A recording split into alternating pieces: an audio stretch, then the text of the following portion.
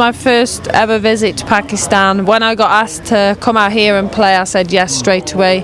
I love travelling the world and exploring different cultures and how different people live, and I've heard Pakistan is a very nice country, so it's really nice to be here experiencing it. Yeah, I've heard a lot of good things about Pakistan and Islamabad especially, and yeah, it's really nice to be here. The people have been so friendly and welcoming.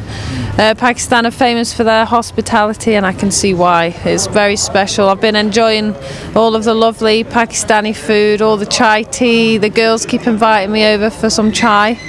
Yeah, I'm definitely going to take some spices home with me.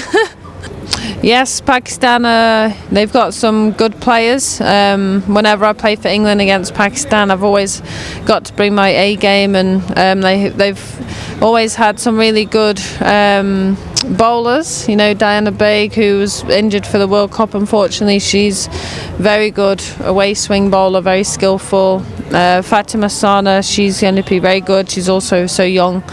And then you've got Nida Dar, who's been around for years. She's exceptionally cool.